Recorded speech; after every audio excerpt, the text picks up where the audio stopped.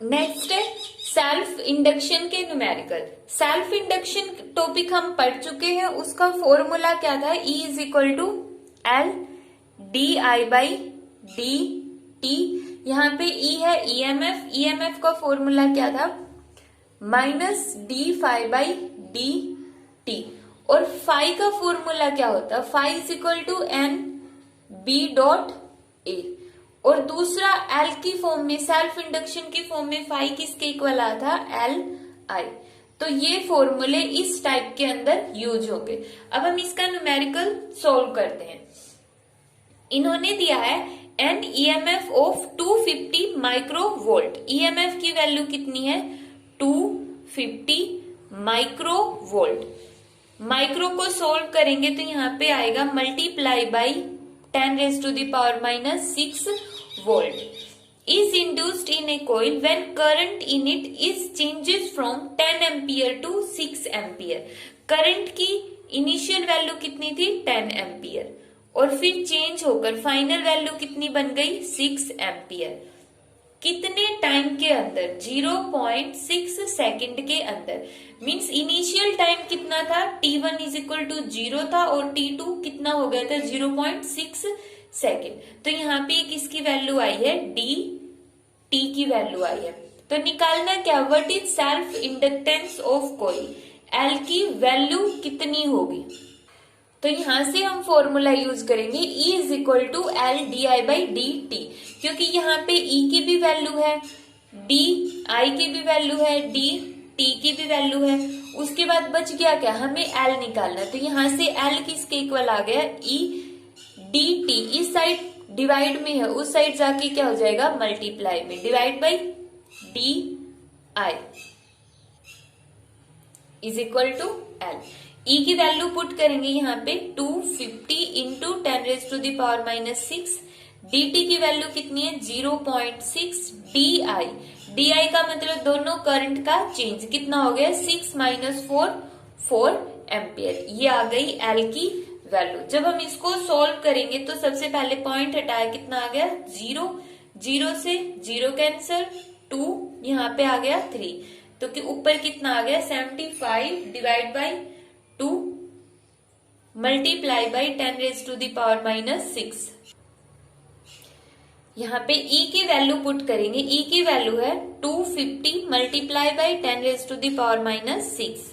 dt की value कितनी है, 0.6, और डिवाइड बाई di कितना होगा यहाँ पर 4। तो पॉइंट हटाया, यहाँ पे कितना आ गया 40, 0 से 0 कैंसल, 2 3। तो यहाँ पे सोल्व करने के बाद कितना आया, 75 divide by 2 into 10 raised to the power minus 6। L की यूनिट क्या होती है, हेनरी। तो ये आ गई L की वैल्यू। और इन्होंने पूछा क्या था, सेल्फ इंडक्टेंस, L की वैल्यू ही इन्होंने कैलकुलेट की थी। तो ये तो है सेल्फ इंडक्टेंस की फर्स्ट टाइप।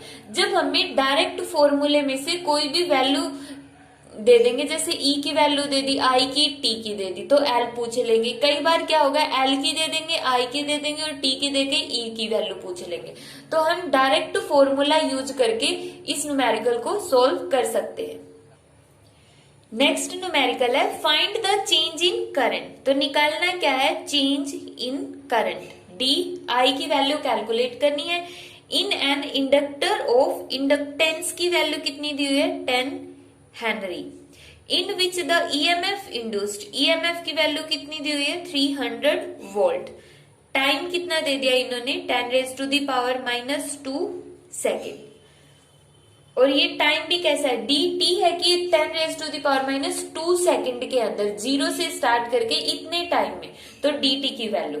और दूसरी चीज क्या फाइंड आउट करनी, find out the change in magnetic flux. तो यहाँ पे भी हम वही फॉर्मूला अप्लाई करेंगे, E is equal to L D I by D T. यहां से डी आई की वैल्यू कितनी हो जाएगी, E D T divide by L. तो यहां से E की वैल्यू पुट करेंगे 300, dt की वैल्यू कितनी हो जाएगी, 10 raised to the power minus 2, और L की वैल्यू हो गई 10। तो आंसर कितना आएगा यहाँ पर, DI is equal to 0.3 ampere. ये आ गई DI की वैल्यू। दूसरा इन्होंने क्या पूछा है, change in magnetic flux. E का दूसरा फॉर्मूला क्या होता है फ्लक्स की फॉर्म में, माइनस d∅dt। तो d∅ की वैल्यू कितनी हो जाएगी, माइनस E/dt।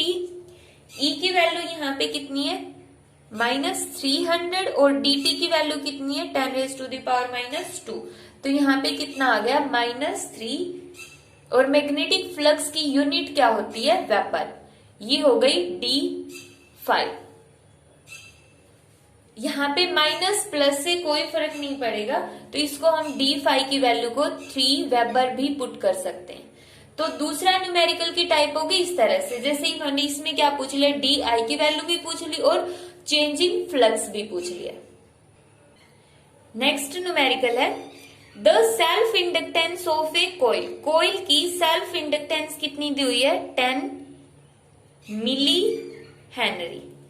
और यहाँ पे कितनी दी हुई है, 200 टर्न्स। तो टोटल नंबर ऑफ टर्न्स कितनी हो गई, 200। Compute the total flux. एक तो क्या निकालना है इसके अंदर, टोटल फ्लक्स निकालना है, total flux. Also determine the magnetic flux through the cross section of coils. जैसे यहाँ पर हमने कितनी कॉइल ले ली, एक कॉइल ये हो गई, दूसरी कॉइल ये हो गई, तीसरी कॉइल ये हो गई और फोर्थ कॉइल ये हो गई। इन सभी चारों कॉइल्स को हमने ज्वाइन कर दिया। तो ये कंप्लीट कॉइल के अंदर जो ये क्रॉस सेक्शन है, इसका ये वाला एरिया है, यहाँ पर हमें मैग्नेटिक फ्लक्स निकालना है। अब इस केस में तो यहाँ पर हमारे पास 4 कॉइल है, 1 2 3 4, बट जो न्यूमेरिकल है उसमें टोटल कॉइल कितनी लगाई है, टोटल टर्न्स कितनी है इसके अंदर, 200 टर्न्स है। जैसे इस कॉइल के अंदर 4 टर्न्स है, 1 2 3 4 टर्न्स हो गई यहाँ पर। इसी तरह जो ये न्यूमेरिकल है इसमें टोटल टर्न्स कितनी है, 200 टर्न्स है। तो इन्होंने पूछा क्रॉस सेक्शन, क्रॉस सेक्शन तो यही हो गया, ऊपर वाला हो गया, तो इसका मतलब एक ही टर्न में निकाल देंगे हम। तो दूसरा इन्होंने मैग्नेटिक फ्लक्स पूछा है एक टर्न के अंदर, और एक टर्न की बजाय इन्होंने नाम क्या यूज किया, क्रॉस सेक्शन ऑफ कॉइल के अंदर। और करंट की वैल्यू कितनी दे दी इन्होंने, current is equal to 4 milli ampere. तो यहाँ पे सबसे पहले हम निकालेंगे टोटल फ्लक्स। टोटल फ्लक्स का फॉर्मूला क्या होगा, एन। वैसे तो क्या होता है, BA होता है, लेकिन ना तो यहाँ पे B की वैल्यू है ना ही एरिया की वैल्यू है, तो यहाँ पे क्या आ जाएगा, LI। N की वैल्यू कितनी है, 200। L की वैल्यू है 10 मिली, मिली की वैल्यू कितनी हो जाएगी, 10⁻⁻3। और I कितना है, 4 मिली एम्पियर। जब हम इसको सोल्व करेंगे तो आंसर आएगा 8 × 10⁻⁻3। और फ्लक्स की यूनिट क्या होती है, वेपर। अब जो ये फ्लक्स आया ये कितनी कॉइल्स में आया, 200 कॉइल्स में, मींस 200 टर्न्स हैव फ्लक्स। कितनी वैल्यू है 200 टर्न्स के अंदर फ्लक्स की, 8 × 10⁻⁻3 वेपर। और एक टर्न के अंदर, एक टर्न का मतलब यहाँ पे क्या है, इसका क्रॉस सेक्शन, इसके क्रॉस सेक्शन के अंदर कितना फ्लक्स होगा, 8 × 10⁻⁻3 डिवाइड बाई 200। तो इसको जब हम सोल्व करेंगे तो हमारे पास आंसर आएगा 4 × 10⁻⁵ और फ्लक्स की यूनिट क्या होती है, वेपर। तो इस केस में जो ये कॉइल बन गई, इसके ऊपर वाले सरफेस पर कितना फ्लक्स होगा, 4 × 10⁻⁵ वेपर। तो न्यूमेरिकल की इस टाइप में इंपॉर्टेंट क्या था सीखने के लिए, ऊपर वाला फॉर्मूला तो सिंपल था, टोटल फ्लक्स तो हम निकाल ही सकते हैं। जब ये बोल देना कि कॉइल के क्रॉस सेक्शन में निकालो, क्रॉस सेक्शन का मतलब एक टर्न में पूछ रहे हैं, तो टोटल फ्लक्स निकाल के उसको जितनी नंबर ऑफ टर्न्स है उससे डिवाइड कर देंगे। तो इस तरह से कॉइल के क्रॉस सेक्शन में क्या आ जाएगा, टोटल फ्लक्स आ जाएगा। नेक्स्ट न्यूमेरिकल है, न्यूमेरिकल में दिया हुआ 3 इंडक्टर दिए हैं, 2 इंडक्टर पैरेलल में लगे हुए और एक इंडक्टर इनके साथ सीरीज में लगा हुआ है। और यहाँ पे पूछ लिया कि A और B के बीच में टोटल इंडक्टेंस कितनी होगी। तो सबसे पहले हम इनको सोल्व करते हैं। यहाँ पर ये दोनों इंडक्टर मान लिया क्या कितने कितने, L1 और L2। तो L1 and L2 are in parallel, कैसे लगे हुए हैं, ये पैरेलल में लगे हुए हैं। तो यहाँ पे टोटल इंडक्टेंस कितनी आ जाएगी दोनों की, पैरेलल का फॉर्मूला क्या होता है 1/L1 प्लस 1/L2। तो इसको सोल्व करेंगे, आंसर कितना आएगा, L1 की वैल्यू 0.5 और L2 की 0.5, पॉइंट हटा के ऊपर हमने कितना लगा दिया 0, तो 10, 5 से 2 और 5 से यहाँ पे भी कितना आ गया 2, तो कितना होगा 2 + 2 4। ये तो किसकी वैल्यू आई, 1/LP की वैल्यू आ गई 4। यहाँ से LP की वैल्यू कितनी आ गई 1/4, और 1/4 को हम क्या लिख सकते हैं 0.25 हेनरी।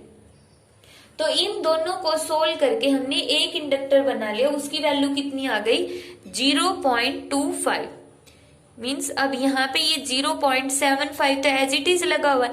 इन दोनों को सोल्व करके जो हमने इंडक्टर बनाया उसकी वैल्यू है 0.25 हेनरी। अब ये दोनों क्या है सीरीज में, सीरीज में क्या हो जाएगा, जैसे इसको हमने माना था LP और इसको मान लो L3, तो यहाँ पे L3 प्लस LP, L3 की वैल्यू है 0.75 और LP की वैल्यू है 0.25, तो यहाँ पे आंसर कितना आ जाएगा 1 हेनरी।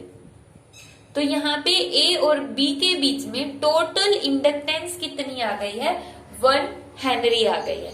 तो यहाँ पे सिर्फ हमें इसका फॉर्मूला याद रखना कि पैरेलल में डिवाइड में होगा और सीरीज में L3 प्लस LP इस टाइप से होगा, और हम न्यूमेरिकल सोल्व कर देंगे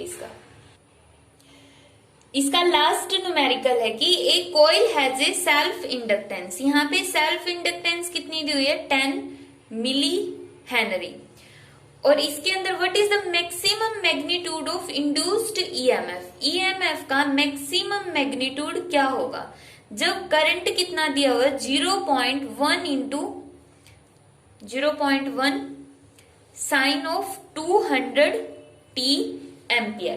अब हमें पता है ईएमएफ का फॉर्मूला क्या होता है, EMF is equal to L di/dt होता है, जो ईएमएफ का मैग्नीट्यूड होगा ये आएगा फॉर्मूला। तो यहाँ पर देखो हमें क्या चाहिए, I जो करंट है उसका डेरिवेटिव चाहिए विद रिस्पेक्ट टू t, तो हम यहाँ पे I का डेरिवेटिव निकालेंगे, हमें निकालना है di/dt। तो di/dt I की वैल्यू पुट करेंगे 0.1 साइन ऑफ 200t, यहां से कितना आएगा 0.1।